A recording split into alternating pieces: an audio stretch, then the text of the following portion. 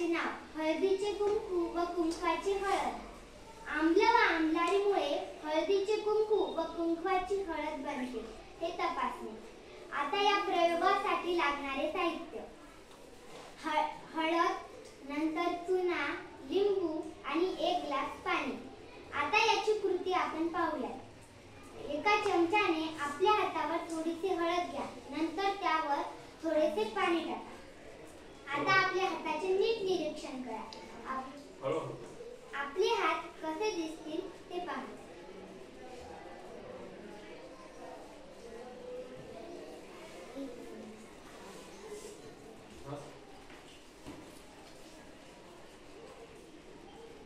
आता आपले हात पिवळे झालेले दिसतील.